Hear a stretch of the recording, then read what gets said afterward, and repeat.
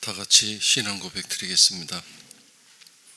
나는 전능하신 아버지 하나님, 천지의 창조주를 믿습니다. 나는 그의 유일하신 아들, 우리 주 예수 그리스도를 믿습니다. 그는 성령으로 잉태되어 동정녀 마리아에게서 나시고 본디오 빌라도에게 고난을 받아 십자가에 못 박혀 죽으시고 장사된 지 사흘 만에 죽은 자 가운데서 다시 살아나셨으며 하늘에 오르시어 전능하신 아버지 하나님 우편에 앉아 계시다가 거기로부터 살아있는 자와 죽은 자를 심판하러 오십니다. 나는 성령을 믿으며 거룩한 공교회와 성도의 교제와 죄를 용서받는 것과 몸의 부활과 영생을 믿습니다. 아멘. 오늘은 시편 42편 1절부터 11절입니다. 하나님이여, 사슴이 씻는 찾기에 갈급함 같이 내 영혼이 주를 찾기에 갈급하나이다.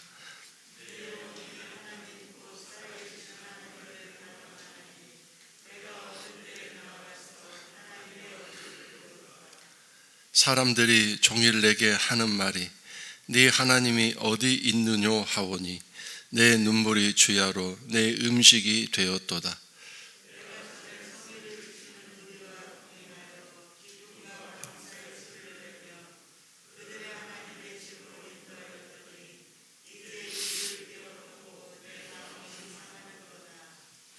내 영혼아, 네가 어찌하여 낙심하며 어찌하여 내 속에서 불안해하는가?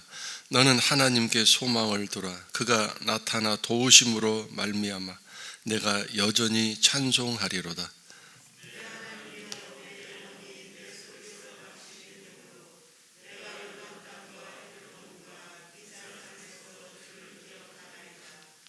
주의 폭포 소리에 깊은 바다가 서로 부르며 주의 모든 파도와 물결이 나를 휩쓸었나이다.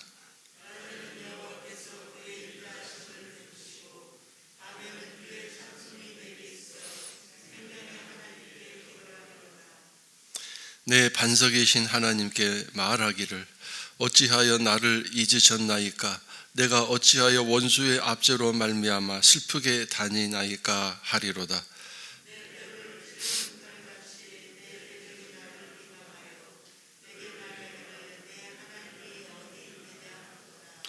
내 영혼아, 네가 어찌하여 낙심하며 어찌하여 내 속에서 불안해하는가?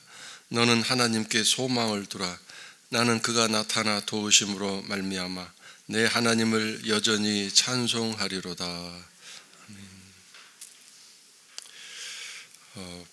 이 시편 42편은 고라의 자손이 쓴 시이며 노래라고 앞에 설명이 되어 있습니다. 고라는 다윗 시대에 그 성전에서 음악을 담당하던 성가대를 담당하던 사람이었는데 이렇게 작사 작곡을 했던 것 같기도 합니다.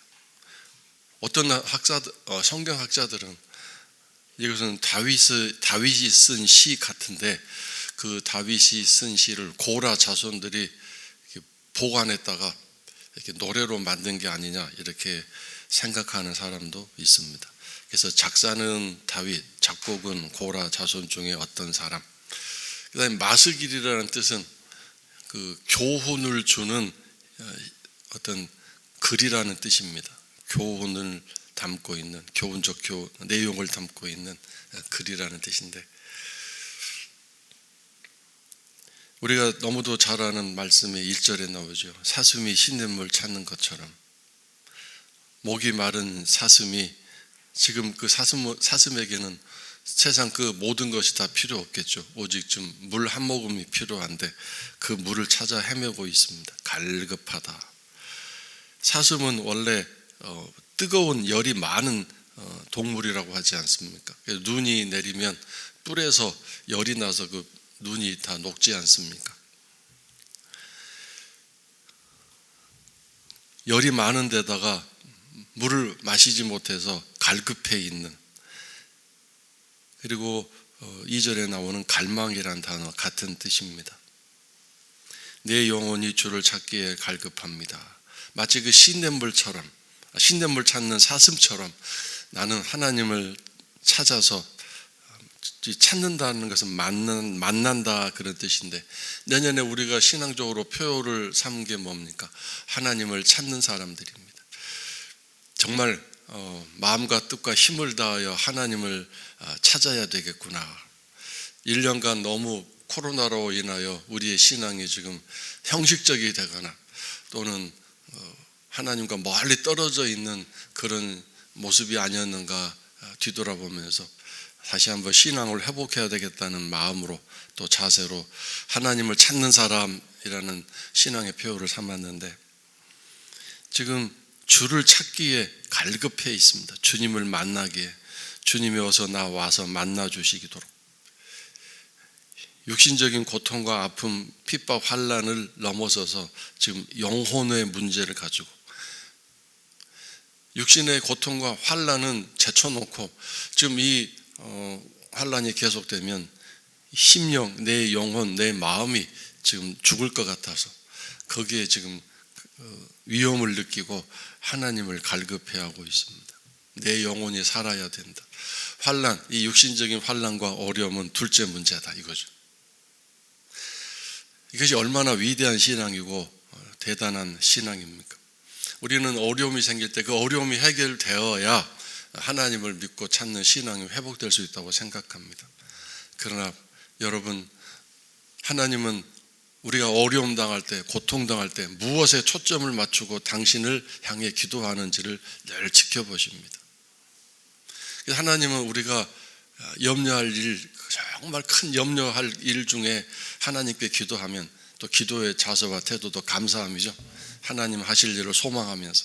그럼 하나님이 가장 먼저 하신 일이 뭐였어요? 문제 해결이 아니라 내 마음을 평강으로, 당신의 평강으로 지켜주시는 게 가장 먼저 하시는 일이었잖아요. 이 마음의 회복, 내 마음 안에 하나님 나라가 세워지는, 내 마음 안에 주의 보좌가 세워지는, 그것이 가장 하나님이 하시는 일이었지 않습니까?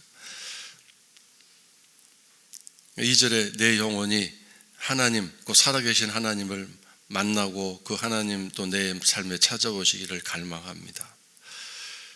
특별히 내가 어느 때에 나아가서 하나님의 얼굴을 배울까라는 말은 성전 예배를 말하고 있습니다. 어느 때에 내가 성전으로 나아가서, 또 생략된 말은 하나님 백성들과 함께, 성도들과 함께 하나님의 얼굴을 배울까. 이 배운다라는 말은 하나님을 찬양할 수 있을까요? 하나님을 예배할 수 있을까요? 예배와 찬양이 뭐라고 그랬습니까? 감사라고 그랬죠. 감사할 수 있을까? 정말 다시 이 자리에 내가 나왔군요. 내가 다시 이 성전에 나와 예배를 드릴 수 있게 되었군요. 그건 뭘 의미해요? 두 가지가 있죠. 한 가지는 건강하다는 뜻이고, 두 번째는 그렇게 성전 예배 드리지 못하게 막는 환난과 여러 가지 어려움이 다 해결되었다는 뜻이죠. 그러니까 상당히 이걸 보면 지혜로운 사람이잖아요. 우리는 그냥 무조건 어려움 해결해 주세요 그러는데, 내가 지금 어려워서 예배도 못 드리고 교회도 못 나가는데 하나님 와서 해결해 주세요. 나는 성전에 가서 예배 드리고 싶어요. 하나님 백성들과 함께 예배를 드리고 하나님을 찬양하고 싶어요. 이런 최종적인 목표, 하나님이 우리를 향해서 이런 여러 가지 은혜를 베푸시는 최종적인 목적이 뭡니까? 하나님 당신을 찬양하고 예배하고 하나님을 높이는 것, 그것을 하나님이 최종적인 목표로 삼고 있지 않습니까? 하나님을 송축하게 하는 것.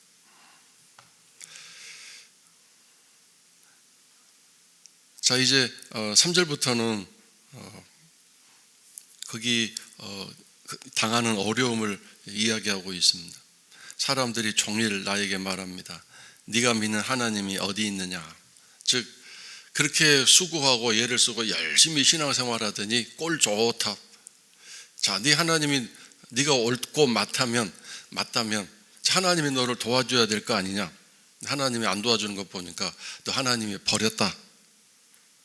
또는 네가 뭐 잘못한 게 너무 많다.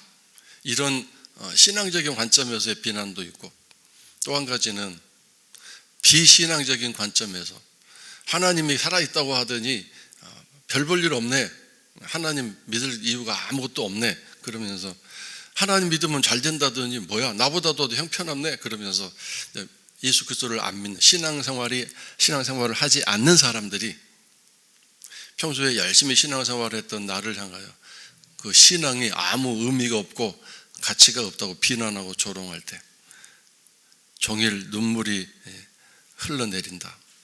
마치 하루 세 끼 음식을 먹는 것처럼 하루에 종일 끝없이 계속 이 음식을 먹는 것처럼이란 말은 계속하여 중단되지 않고 눈물이 흐르는데, 왜 눈물이 흐를까요? 어떤 눈물일까요?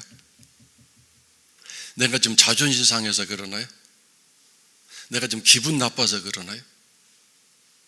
하나님은 분명히 살아계신데 나 때문에, 이런 내 삶 때문에 하나님이 안 계신다고, 또 내가 이렇게 신앙생활 하는 것 자체가 분명히 잘못된 건 아닌데 내가 좀 하나님께 아직 응답받지 못하고 이렇게 어려움이 있다고 해서 하나님이 마치 안 계신 것처럼, 내가 그동안 신앙생활 해온 것이 추운 날 새벽에 나가 기도한 게 쓸모없는 것처럼 보여지고, 내가 힘들게 돈을 벌어서 하나님께 11조 드렸던 그 삶이 다 쓸모없는 것처럼 보여지는 나의 현재의 모습이 너무도 하나님께 안타깝고 하나님의 살아계심을 나타내지 못하는 그 어떤 마음의 고통 때문에 지금 눈물이 흐르는 것이지 다른 게 아닙니다. 그래서 어서 하나님 나타나셔서 하나님 살아계심을 보여주십시오. 그 사람들에게 보여주십시오. 내가 그렇게 신앙생활을 해왔던 것이 헛된 것이 아니고 잘못된 것이 아니었음을 하나님 어서 증명해 주시고 보여주십시오. 그러면 저도 더 열심히 힘을 내어서 하나님을 찬양하고 예배하는 삶을 살겠습니다. 이런 얘기죠. 오늘 이런 기도를 통해서 기도의 매뉴얼을 또 배우게 되지 않습니까? 기도의 초점, 기도의 최종적인 목표가 무엇인가? 나는 오늘 무엇 때문에 가슴 아파하고 눈물 흘리고 있는가? 오늘 이렇게 코로나로 인해서 교회가 어려움을 당하고 성도들이 예배를 못 드리는 그런 상황들, 사실 우리 교회 중에서도 코로나가 시작된 이후로 지금 한 번도 교회 안 나와본 성도들이 수두룩할 것입니다. 영상 예배를 드린다고 하지만 그것도 한두 번이지, 점점 이제 예배에 등한시 되고 나태해지고 자세와 태도가 방만해지는, 흐트러지는 그런 일이 어쩔 수 없이 일어날 수밖에 없는 상황이죠. 그런 여러 가지 일들을 보면서 가슴 아파하고 눈물 흘리며 어서 주의 나라가 회복되고 하나님의 살아계심을 우리가 잊지 않고 기억할 수 있도록 은혜 베풀어 주십시오. 이런 기도를 해야 되지 않겠습니까? 그래서 4절에 나와 있잖아요. 내가 정연의 성의를 지키는 사람들, 성도들, 하나님 백성들과 동행하여 기쁨과 감사의 소리를 내고, 기쁨과 감사의 소리죠. 예배와 찬송, 기쁨과 감사의 소리를 내며 그들을 하나님의 집으로 인도하였더니, 여기는 두 가지 뜻이 있습니다. 하나님 집으로 인도했다는 말은 첫 번째로 가장 먼저 앞에서 가다 보니까 마치 뒤에 이제 오는 성도들이, 백성들이 자기가 인도해 가는 것처럼 누구보다도 가장 먼저 성전에 올라와 예배를 드리고자 앞장섰던 사람. 두 번째는 실제로 사람들을 권면하고 이 기쁜 예배, 이 기쁜 날 어서 갑시다라고 이렇게 재촉하고 함께 동행해서 갔다, 그런 뜻입니다. 이제 이 일을 기억하고 내 마음이 상하는도다. 병이 들었든지 아니면 무슨 어려움이 있든지 그래서 지금 성전에 올라가 예배를 드리지 못하고 있습니다. 그래서 어떤 학자들은 이 시편 42편이 저 바벨론 포로 시절에 지은 것이 아닌가. 예루살렘 성전도 다 무너지고 유다 나라도 다 망하고, 그래서 옛날 그렇게 성전에 올라가 하나님을 예배했던 예루살렘 성전의 예배를 기억하면서 언제나 우리가 다시 이 포로 생활에서 벗어나 다시 저 나라가 회복되고 성전에 올라가 예배를 드릴 수 있을까요? 이런 간절함, 이 갈망, 이것을 또 이렇게 하지 않았는가라고 해석하는 경우도 있습니다. 어쨌든 그 성전 예배를 드리지 못하는 일로 인하여 마음이 상하고 마음이 아픈 가운데 눈물이 주야로 음식이 되는, 하나님이 살아계시고 뭐 너희들을 살아간다면 어떻게 이렇게 포로가 되고 나라가 없어지고 성전이 다 무너지고 뭐 이런 비판과 조롱을 받을 때 얼마나 마음이 아팠겠습니까? 오늘 우리가 정말 하나님에 대해서 또 교회에 관하여 이렇게 눈물을 흘리며 아파하고 뭔가 좀 그런 일이 일어났을 때 내 일처럼 기도하고 눈물을 흘릴 수 있는 사람이라면 분명히 주님 이 땅에 다시 오시는 날 가장 큰 상급과 칭찬과 격려를 받을 것입니다. 너는 내 몸인 교회를 그렇게 사랑했구나, 내가 너의 눈물을 기억했다, 이렇게 하시지 않겠습니까?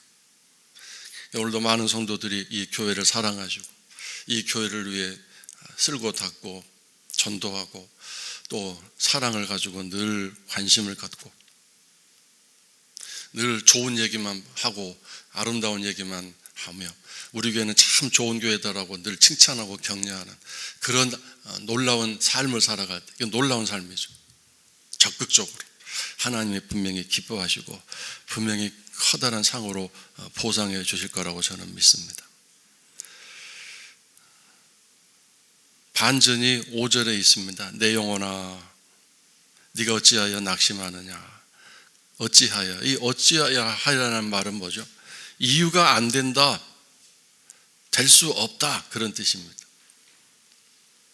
그러니까 내 낙심하고 절망하는 것이 이유가 있을 수 없다. 어떻게 까닭이 없이 그렇게 그것은 전혀 까닭 없는 절망이다. 불안해하지 말아라. 끝까지 하나님께 소망을 두어야 되지 않겠느냐. 하나님은 살아계시기 때문에 분명히 나타나셔서 너를 도우실 것이고, 그래서 뭐죠? 내가 여전히 찬송하리로다. 지금도 찬송하고 있다는 뜻이죠. 여전히 찬송한다는 말은 지금도 찬송하고 있다는 뜻.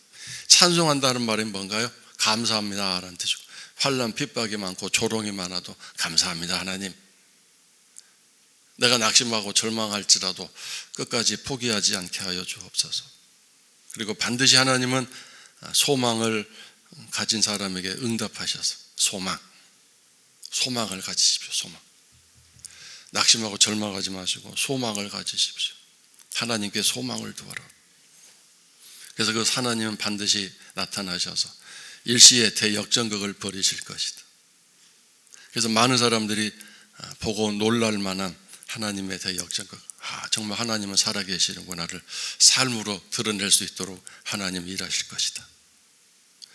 자, 이 상황을 간단하게 다시 한번 생각해 보십시오. 절대로 편하거나 또 쉽게 지나갈 상황이 아니죠. 얼마나 지금 절박하고 이 상황이 심각하면 눈물로 막 음식을 삼는 것처럼 날마다 계속 눈물이 나고 목마른 사슴 신냇물을 찾는 것처럼 그렇게 하나님을 갈망하는 상황이 있겠습니까? 이건 정말 쉬운 상황이 아니고 어려운 상황입니다. 육신적으로 고통스럽고 힘든 상황일 뿐만 아니라 신앙적으로 지금 계속해서 외부에서 하나님이 안 계신다, 이렇게 신앙적으로 사는 건 아무 의미가 없다라고 이렇게 나에게 의심을 주고 나도 지금 포기할 수밖에 없는 그런 막바지 상황, 정말 하나님이 나를 버리셨는가 뭐 이런 낙심하고 절망할 상황까지 왔는데, 근데 끝까지 내 영혼을 내 스스로 격려하면서 끝까지 나아가자, 포기하지 말자, 절망하지 말자. 하나님은 반드시 나타나 도우셔서 여전히 계속해서 내가 찬송할 수 있도록 나에게 은혜를 베푸실 것이다. 이 믿음, 소망을 저버리지 않는, 간단하지 않은 이 영적인 싸움, 오늘 우리가 너무도 쉬운 상황 속에서, 너무 간단한 상황 속에서 쉽게 포기하고 너무 그냥 쉽게 하나님 앞에 절망을 드러내면서 쓰러져 버린 그런 일들이 혹시는 없었는지 우리가 이 신앙의 자세와 태도를 다시 한번 배워야 되겠습니다. 같은 내용이죠. 6절부터 11절까지는 앞에 있는 내용이 다시 반복되는 건데요. 사슴이 시냇물을 찾는 일처럼 6절에서는 뭘로 표현했습니까? 요단 땅 헤르몬 다음에 미살산 그랬습니다. 그것은 요단 땅은 요단강 건너편이죠. 요단강 동쪽 메마른 땅.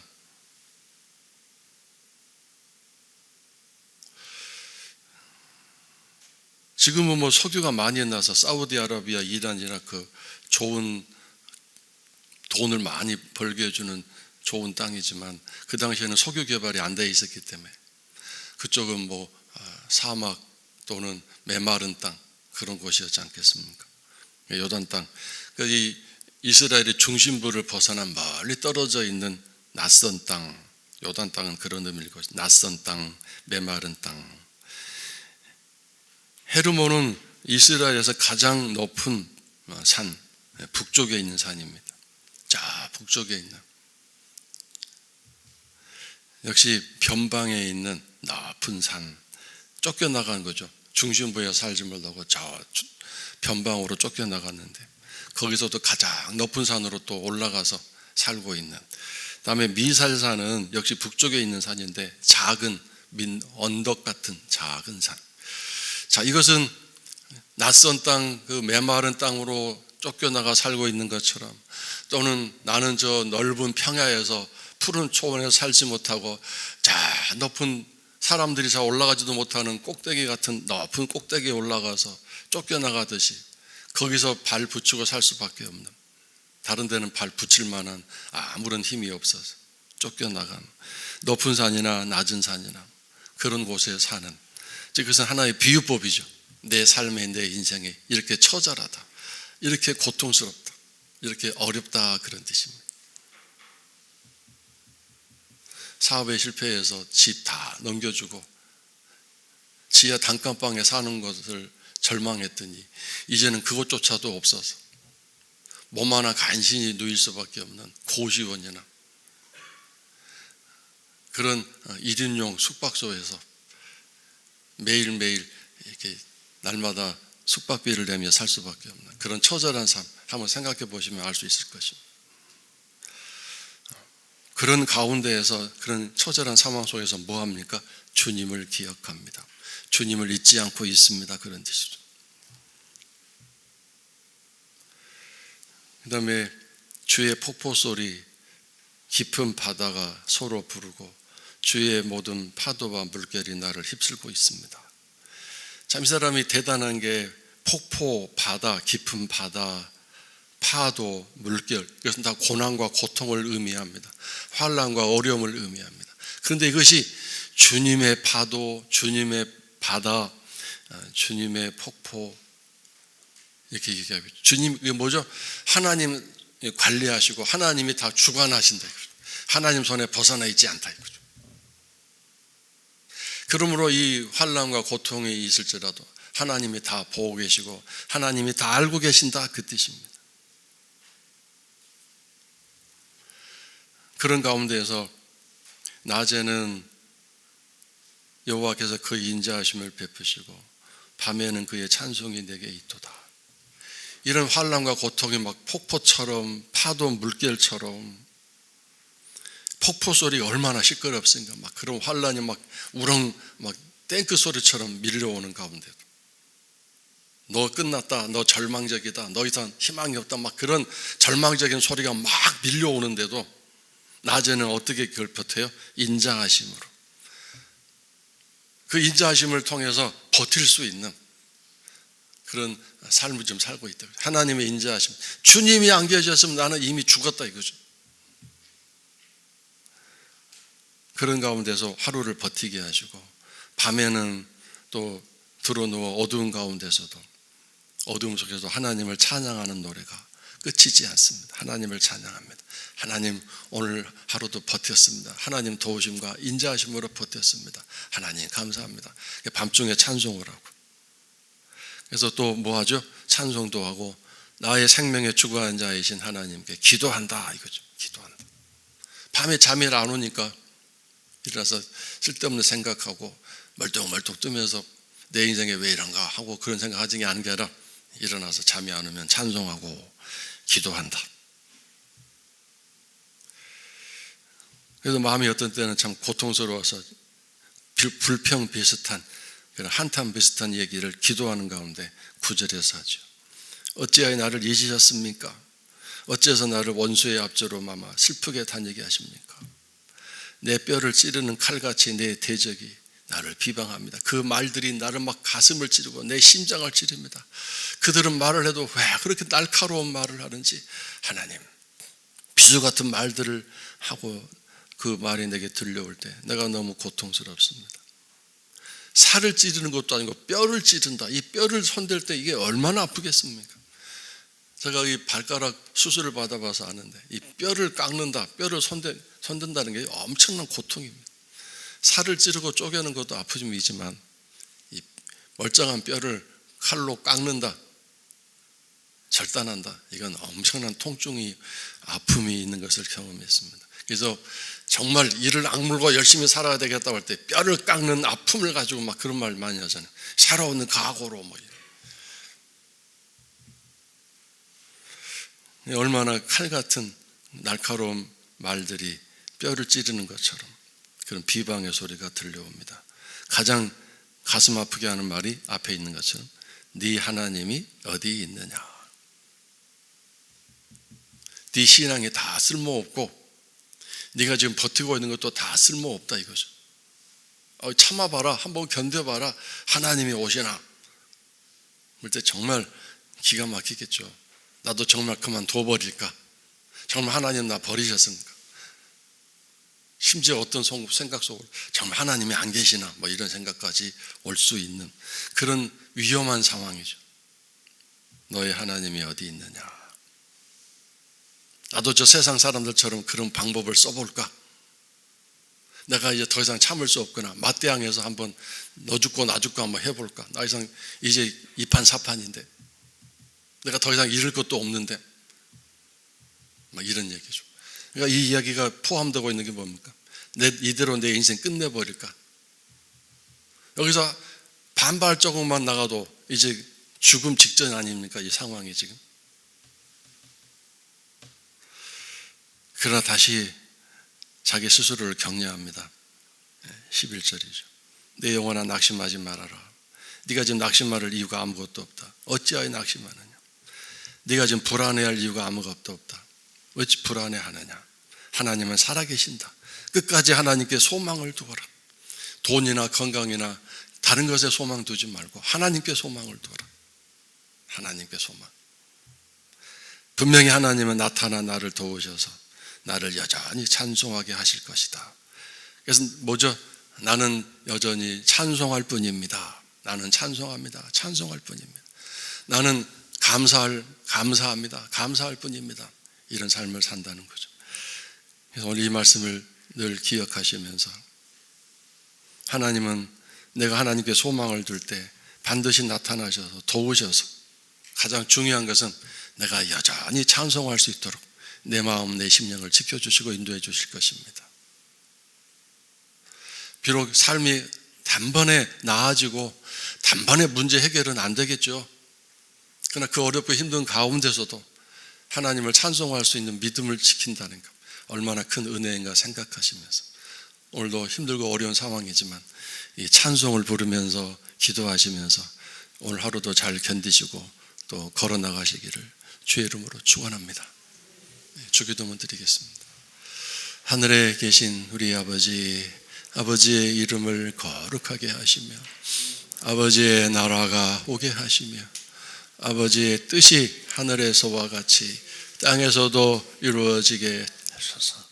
오늘 우리에게 일용할 양식을 주시고 우리가 우리에게 잘못한 사람을 용서하여 준 것 같이 우리 죄를 용서하여 주시고 우리를 시험에 빠지지 않게 하시고 악에서 구하소서. 나라와 권능과 영광이 영원히 아버지의 것입니다. 아멘.